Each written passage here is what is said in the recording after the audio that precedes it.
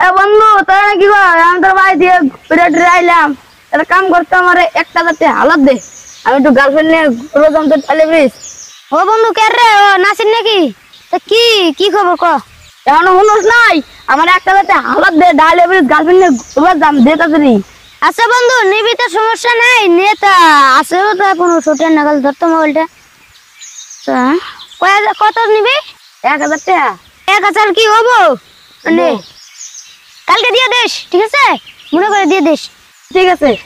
ও বন্ধু তোর আরন ফাটটা নাকবো, মানে গার্লফ্রেন্ড নিয়ে রোজাম না, এটা ব্যাপার সেবার আছে না, দে। এবার গাড়ি আছে, টিয়াও দিলাম, আবার গাড়ি আছে। আমার মাপ চাই, আর ফাঁকটা দিয়ে মাপ চাই, মাপ করে দে, গাড়ি দিয়ে না। তো গাড়িটা দিলি না, মনে খুব কষ্ট করে। ভাই টিয়াটা কবে দিবি? আল্লাহ কোন লোকের কাছে টিয়া নিলাম রে? আরে বন্ধু কালকে দিয়ে দিমনি, এখনই তো নিলাম। আচ্ছা যা তাহলে, কালকে দিয়ে দিস।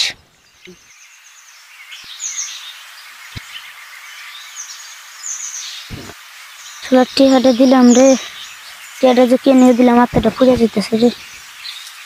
আর কিনে 1,000 টাকা দিলাম রে, কবে টিয়াটা দেয় কিনা আত্মাটা ফুলে যেতেছে। তাহলে আবার গার্লফ্রেন্ড বানাইছে।